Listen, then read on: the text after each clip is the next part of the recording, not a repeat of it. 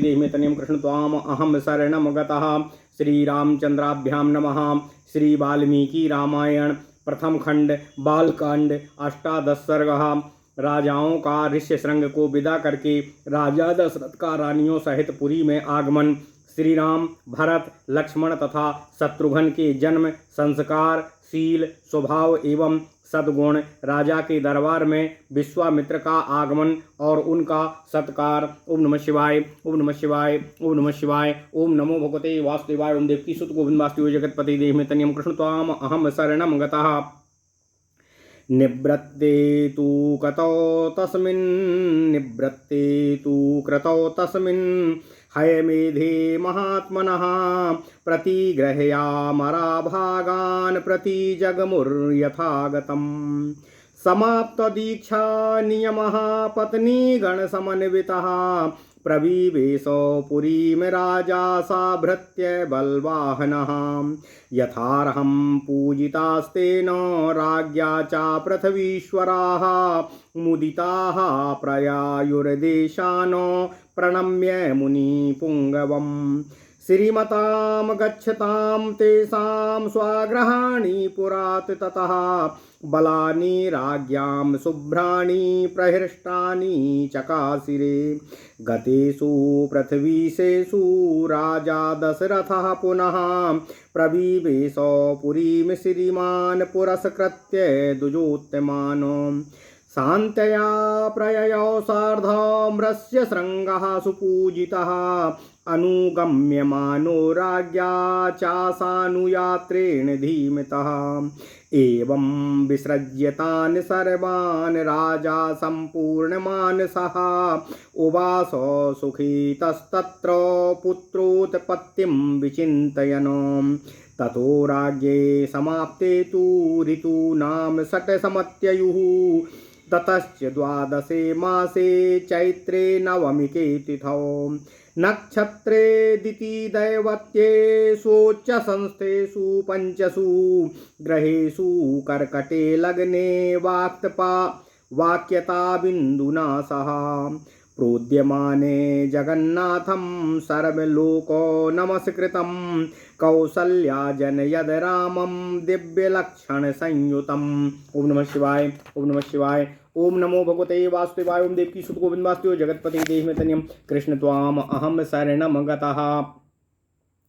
विष्णोरार्धं महाभागं पुत्रमैक्ष्वाकुनन्दनं, लोहिताक्षं महाबाहुं रक्तोष्ठं दुन्दुभिश्वनं। कौसल्या सुशुभेतेन पुत्रेणामृत तेजसा, यथा वरेण देवानां दितिर्वज्रपाणिना।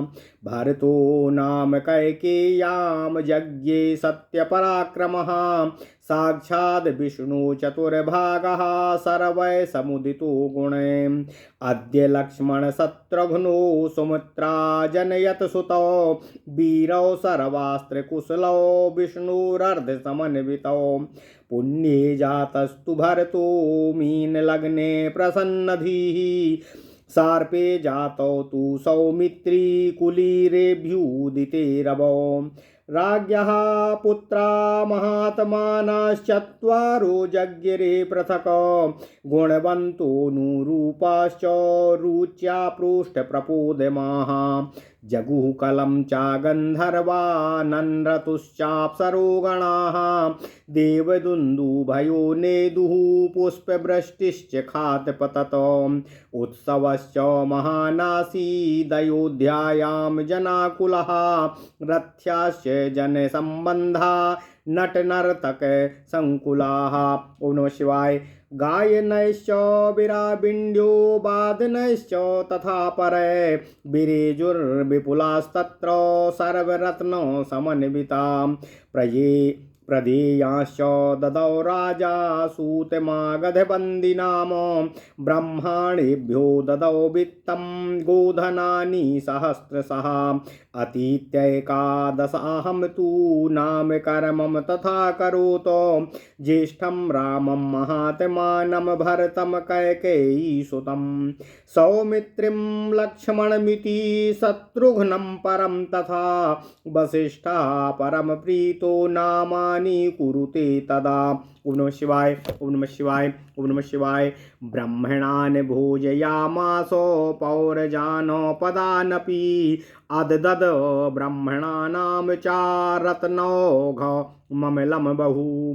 तेषां जन्मक्रियादीनि सर्वकर्माण्यकारयतो तेषां केतुरिवे ज्येष्ठो रामो रतिकरः पितुः। बभूव भूयो भूतानां स्वयंभूरिव सम्मतः सर्वे वेदविदः शूरा सर्वे लोकहिते रतः। सर्वे ज्ञानोपसम्पन्ना सर्वे समुदिता गुणैः तेषामपि महातेजा रामः सत्यपराक्रमः। इष्टः सर्वस्य लोकस्य शशाङ्को इव निर्मलः अगजस्कन्धेष्वपृष्ठे च रथचर्यासु सम्मतः। धनुर्वेदे च निरतः पितुः शुश्रूषणे रतः बाल्यात् प्रभृति सुस्निग्धो लक्ष्मणो लक्ष्मीवर्धनः। रामस्य लोकरामस्य भ्रातुर्ज्येष्ठस्य नित्यशः सर्वप्रियकरस्तस्य रामस्यापि शरीरतः। लक्ष्मणो लक्ष्मीसम्पन्नो वाहि प्राणः इवापरः न चातेन विना निद्रां लभते पुरुषोत्तमः। मृष्टमन्नमुपानीतमसनाति नहि तं विना यदा हि हयमारूढो मृगयां याति गाधव राघवः। यदा हि हयमारूढो मृगयां याति राघवः। अथैनं पृष्ठतोभ्येति साधुना परिपालयन् अभरतस्यापि शत्रुघ्नो लक्ष्मणावरजो हि सः। प्राणै प्रियतरो नित्यं तस्य चासीत् तथा प्रियः। सा चतुर्भिर्महाभागै पुत्रैर्दशरथः प्रिये। बभूव परमप्रीतो देवैरिव पितामहः। ते यदा ज्ञानसम्पन्ना सर्वे समुदिता गुणैः। हीमन्तः कीर्तिमन्तश्च सर्वज्ञा दीर्घदर्शिनः। तेषामेवं प्रभावाणां सर्वेषां दीप्ततेजसाम्। पिता दशरथो हृष्टो ब्रह्मालोकाधिपो यथा।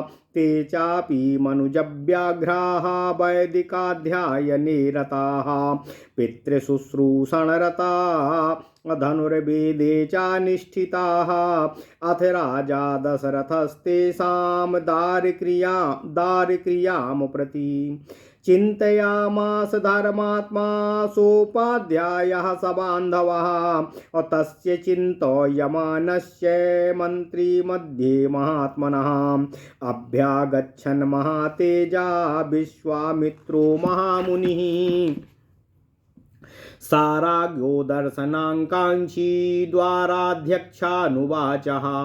शीघ्रमाख्यात मां प्राप्तं कौशिकं गाधिनः सुतं। तच्छ्रुत्वा वचनं तस्य राज्ञो भीष्म प्रदुद्रुवः। सम्भ्रान्तमनसः सर्वे तेन वाक्येन चोदिताः। ते गत्वा राजभवनं विश्वामित्रमृषिं तदा प्राप्तमावेदयामासुर्नृपायेक्ष्वाकवे तदा। तेषां तद्वचनं श्रुत्वा सा पुरोधा समाहितः। प्रत्युज्जगाम संहृष्टो ब्रह्माणोमिव मासवः। सा दृष्ट्वा ज्वालितं दीप्त्या तापसं संसितव्रतम्। अप्रहृष्टो वदनो राजा ततोर्ध्यामुपहारयतो। सह राज्ञा प्रतिगृह्यार्धं शास्त्रदृष्टेन कर्मणा। कुशलं चाव्ययं चैव पर्यपृच्छन्नराधिपं। पुरे केशे जनपदे बन्धवेषु सुहृत्सु च। कुशलं कौशिको राज्ञः पर्यपृच्छत् सुधार्मिकः। अपि ते सन्नता सर्वे समन्तारीपवोजताः।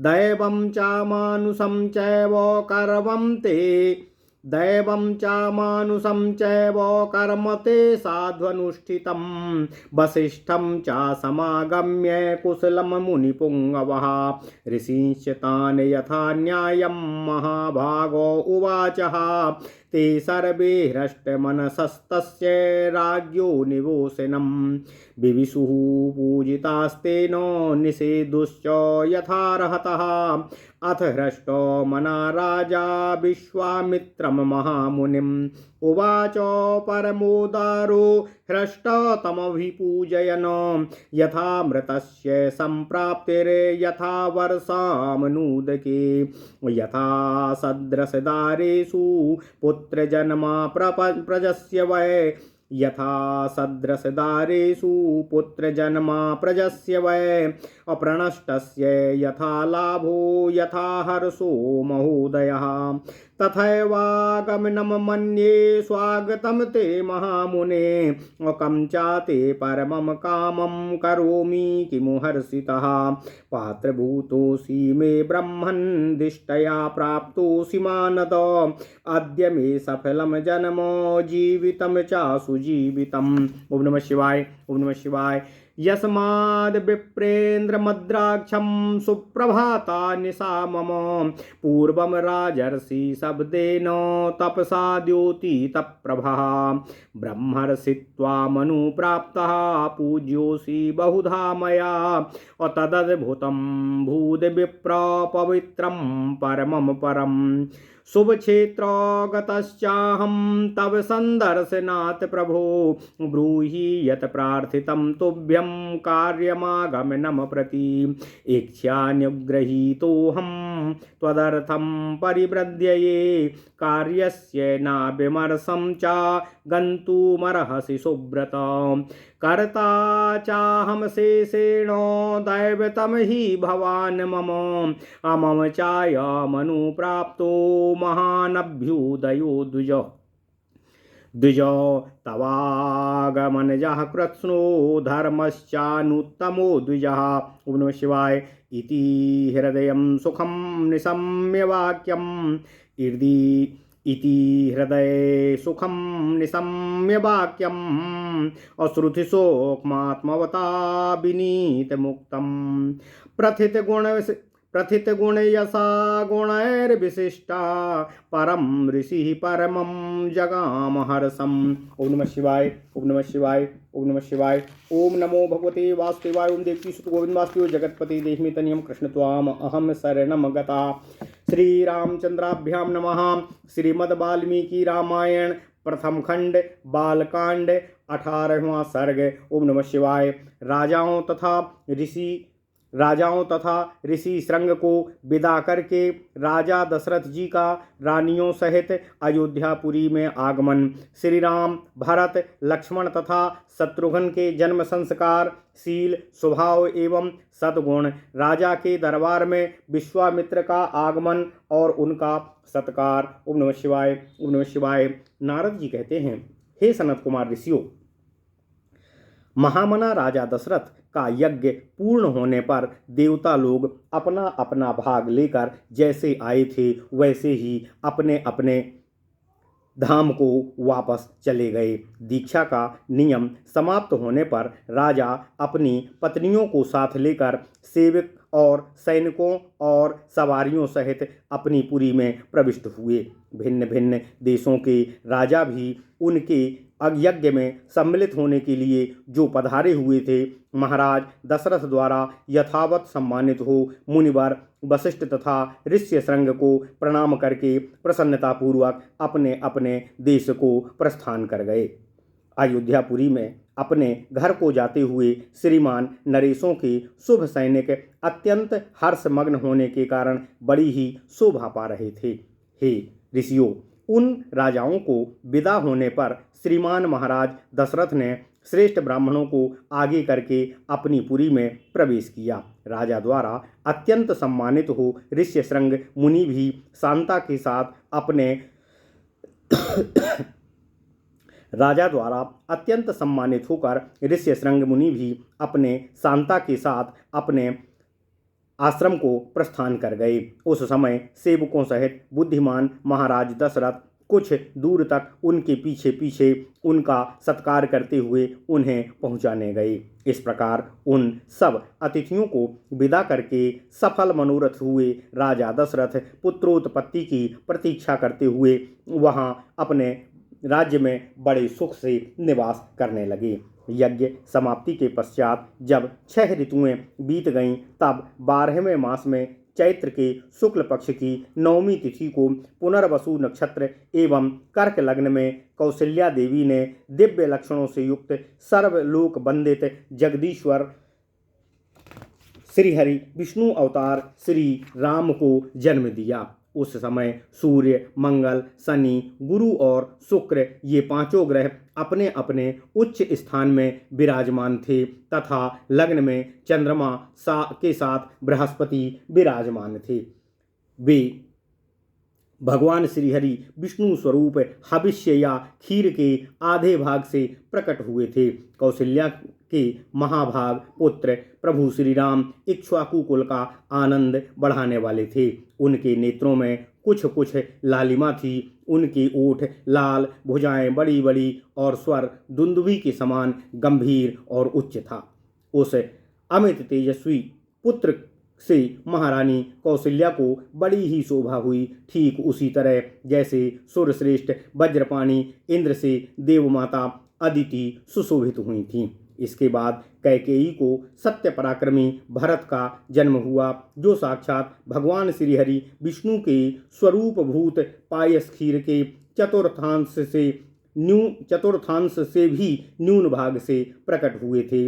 वे समस्त गुणों के संपन्न और आदिभूत थे। इसके बाद रानी सुमित्रा ने लक्ष्मण और शत्रुघ्न इन दोनों पुत्रों को जन्म दिया। ये दोनों वीर साक्षात भगवान श्रीहरि विष्णु के अर्धभाग से संपन्न और सब प्रकार के अस्त्रों शस्त्रों से विद्या में कुशल थे। भरत सदा प्रसन्नचित रहते थे। उनका जन्म पुष्य नक्षत्र तथा मीन लग्न में हुआ था। सुमित्रा के दोनों पुत्र अश्लेखा नक्षत्र और कर्क लग्न में उत्पन्न हुए थे। उस समय सूर्य अपने उच्च स्थान में विराजमान थे। ओम नमः शिवाय। नारद जी कहते हैं, हे ऋषियों, राजा दशरथ के ये चारों महामनस्वी पुत्र पृथक पृथक गुणों से संपन्न और सुंदर थे। वे भाद्रपदा नामक 4 तारों के समान कांतिमान थे। इनके जन्म के समय गंधर्वों ने मधुर गीत गाए थे, अप्सराओं ने नृत्य किया था, देवताओं ने दुंदुभियां बजाई थीं तथा आकाश से फूलों की वर्षा होने लगी थी। अयोध्या में बहुत बड़ा उत्सव हुआ। मनुष्यों की भारी भीड़ एकत्रित हो गई। गलियां और सड़कें लोगों से भर गईं। बहुत से नट और नर्तक भी वहां अपनी अपनी कलाओं का प्रदर्शन कर रहे थे। वहां सब ओर गाने बजाने वाले तथा एक दूसरे लोगों के शब्द से गुंजायमान हो रहे थे। दीन दुखियों के लिए लुटाए गए सब प्रकार के रत्न वहां बिखरे पड़े थे। राजा दशरथ ने सूत, मागध और बंदीजनों को देने योग्य पुरस्कार प्रदान किए तथा ब्राह्मणों को धन एवं सहस्त्रों गोधन प्रदान किए। 11 दिन बीतने पर महाराज ने बालकों का नाम संस्करण किया। उस समय महर्षि वशिष्ठ ने प्रसन्नता के साथ सबके नाम रखे। उन्होंने ज्येष्ठ पुत्र का नाम राम रखा। श्री राम महात्मा परमात्मा थे। कैकेयी कुमार का नाम भरत तथा सुमित्रा के एक पुत्र का नाम लक्ष्मण और दूसरे पुत्र का नाम शत्रुघ्न निश्चित किया। नारद जी कहते हैं, हे ऋषियों, राजाओं ने ब्राह्मणों, पुरवासियों तथा जनपदवासियों को भोजन कराया। ब्राह्मणों को बहुत से उज्ज्वल रत्न समूह दान किए। महर्षि वशिष्ठ ने समय समय पर राजा से उन बालकों के जात कर्म आदि सभी संस्कार पूर्ण करवाए। उन सब में भगवान श्री रामचंद्र जी ज्येष्ठ होने के साथ ही अपने कुल की कीर्ति ध्वजा को फहराने वाली पताका के समान उच्च कोटि के गुणों से युक्त थे। वे अपने पिता की प्रसन्नता को बढ़ाने वाले थे। नारद जी कहते हैं, हे ऋषियों, सभी भूतों के लिए स्वयंभू ब्रह्मा जी के समान विशेष प्रिय थे। राजा के सभी पुत्र वेदों के विद्वान और सूरवीर थे। सब के सब लोक हितकारी कार्यों में सदा अपने को संलग्न रखते थे। सभी ज्ञानवान और समस्त गुणों से संपन्न थे। उनमें भी सत्य पराक्रमी श्री रामचंद्र जी सबसे अधिक तेजस्वी और सब लोगों के विशेष प्रिय थे। वे निष्कलंक चंद्रमा के समान शोभा पाते थे। उन्होंने हाथी के कंधे और घोड़े की पीठ पर बैठने तथा रथ हाँकने की कला में भी सम्मानपूर्ण स्थान प्राप्त किया। वे सदा धनुर्वेद का अभ्यास करते और पिता की सेवा में सदा संलग्न रहते थे। लक्ष्मी की वृद्धि करने वाले लक्ष्मण बाल्यावस्था से ही भगवान श्री रामचंद्र जी के प्रति अत्यंत अनुराग रखते थे। वे अपने बड़े भाई लोकाभिराम भगवान श्री राम की सदा ही प्रिय करते रहते थे और शरीर से भी सदा ही उनकी ही सेवा में लगे रहते थे। शोभा संपन्न लक्ष्मण भगवान श्री रामचंद्र जी के लिए बाहर विचरने वाले दूसरे प्राण के समान प्रिय थे। पुरुषोत्तम भगवान श्री राम को उनके बिना नींद ही नहीं आती थी। यदि उनके पास उत्तम भोजन लाया जाता तो भगवान श्री रामचंद्र जी उसमें से लक्ष्मण के लिए बिना खाए नहीं रहते थे, लक्ष्मण को दिए बिना नहीं खाते थे। ओम नमः शिवाय। जब भगवान श्री रामचंद्र जी घोड़े पर चढ़कर शिकार खेलने के लिए जाते, उस समय लक्ष्मण धनुष लेकर उनके शरीर की रक्षा करते हुए उनके पीछे पीछे जाते थे। इसी प्रकार लक्ष्मण के छोटे भाई शत्रुघ्न भरत जी को ही प्राणों से अधिक प्रिय थे और वे भी भरत जी को सदा प्राणों से भी अधिक प्रिय मानते थे। इन चार महान भाग्यशाली प्रिय पुत्र से राजा दशरथ को बड़ी ही प्रसन्नता होती थी, ठीक वैसे ही जैसे चार देवताओं और दिक्पालों से ब्रह्मा जी को प्रसन्नता होती है। नारद जी कहते हैं, हे ऋषियों, वे सभी बालक जब समझदार हुए तब समस्त सद्गुणों से संपन्न हो गए, सभी विद्या से युक्त हो गए। वे सभी लज्जाशील, यशस्वी, सर्वज्ञ और दूरदर्शी थे। ऐसे प्रभावशाली और अत्यंत तेजस्वी उन सभी पुत्रों की प्राप्ति से राजा दशरथ लोकेश्वर ब्रह्मा की भांति बहुत प्रसन्न थे। वे पुरुष सिंह राजकुमार प्रतिदिन वेदों के स्वाध्याय, पिता की सेवा तथा धनुर्वेद के अभ्यास में दत्तचित्त रहते थे। एक दिन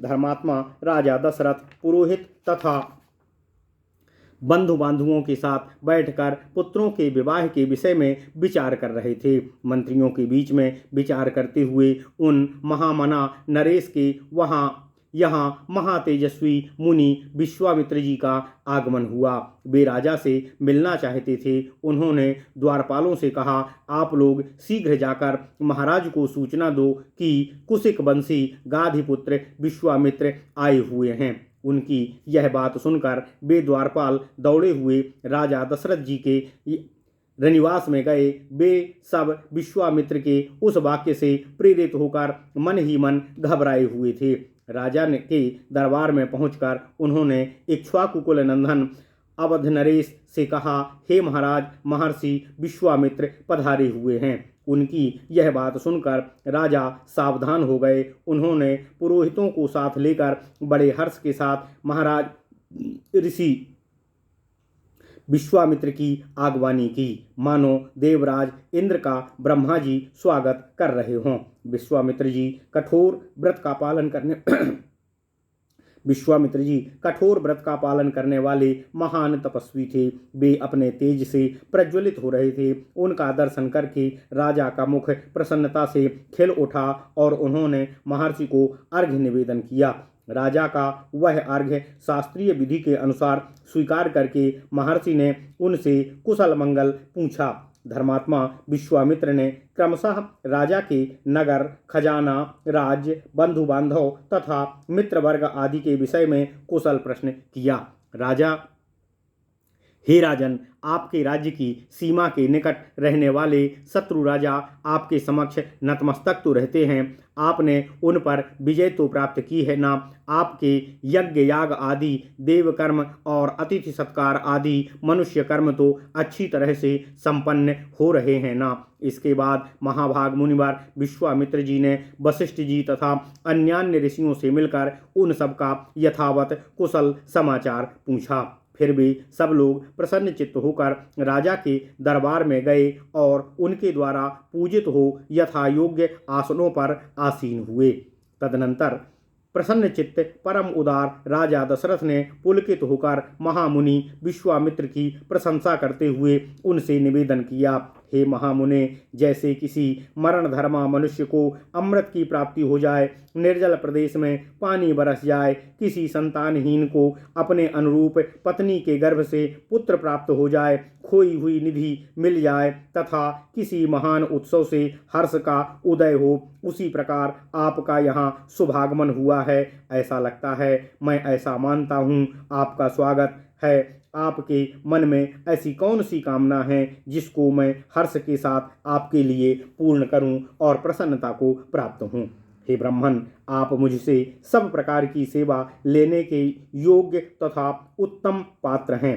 हे मानद, मेरा अहोभाग्य है जो मुझे आपने यहाँ पधार कर सौभाग्य प्रदान किया है। आज मेरा जन्म सफल हुआ और आज मेरा जीवन आपकी सेवा करके धन्य हो गया। मेरी बीती हुई रात सुंदर प्रभात दे गई, जिससे मैंने आज आप जैसे ब्राह्मण शिरोमणि का दर्शन किया। पूर्व काल में आप राजर्षि शब्द से उपलक्षित होते थे, फिर तपस्या से अपनी अद्भुत प्रभा को प्रकाशित करके आपने ब्रह्मर्षि का पद प्राप्त किया है। अतः आप राजर्षि और ब्रह्मर्षि दोनों ही हैं और दोनों ही रूप में आप मेरे लिए पूजनीय और वंदनीय हैं। आपका जो यहाँ मेरे समक्ष शुभागमन हुआ है वह परम पवित्र और मेरे लिए अद्भुत क्षण है।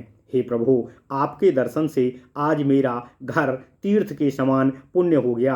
मैं अपने आप को पुण्य क्षेत्रों की यात्रा करके आया हुआ सौभाग्यशाली मानता हूँ। हे महर्षि, बताइए आप कि मैं क्या सेवा करूं। आपके शुभागमन का उद्देश्य मुझसे कहने का कृपा करें। ओम नमः शिवाय। उत्तम व्रत का पालन करने वाले हे महर्षि, मैं चाहता हूँ कि आपकी कृपा से अनुग्रहित होकर आपके अभीष्ट मनोरथ को जान सकूं और उसके पूर्ण करने हेतु समुचित प्रयत्न करूं और अपने अभ्युदय के लिए उसकी पूर्ति करूं। कार्य सिद्ध होगा या नहीं, ऐसे संशय को अपने मन में स्थान न देवें। हे महर्षि, आप जो भी आज्ञा देंगे मैं उसका पूर्ण रूप से पूरी तरह पालन करूंगा, क्योंकि सम्माननीय अतिथि होने के लिए आप मुझ गृहस्थ के लिए देवता के तुल्य हैं। हे ब्राह्मण, आज आपके आगमन से मुझे संपूर्ण धर्मों का उत्तम फल स्वमेव ही प्राप्त हो गया है। यह मेरे महान अभ्युदय का अवसर आया है। नारद जी कहते हैं, हे ऋषियों, मनस्वी नरेश के कहे हुए ये विनय युक्त वचन जो हृदय और कानों को सुख देने योग्य थे, सुनकर विख्यात गुण और विख्यात यश वाले सम दम आदि सद्गुणों से संपन्न महर्षि विश्वामित्र जी बहुत प्रसन्न हुए। ओम नमः शिवाय। इत्यार्षे श्रीमद् रामायणे वाल्मीकिये आदि काव्ये बालकांडे 18 सर्गः। इस प्रकार श्री वाल्मीकि निर्मित अर्ष रामायण आदि काव्य के बालकांड में 18वां सर्ग पूर्ण हुआ। ओम नमः शिवाय। ओम नमः शिवाय। ओम नमः शिवाय। ओम नमो भगवते वासुदेवाय। ओम देवकी सुत गोविंद वासुदेव जगतपते देहि में तनियम कृष्ण त्वाम अहम शरणम गतः।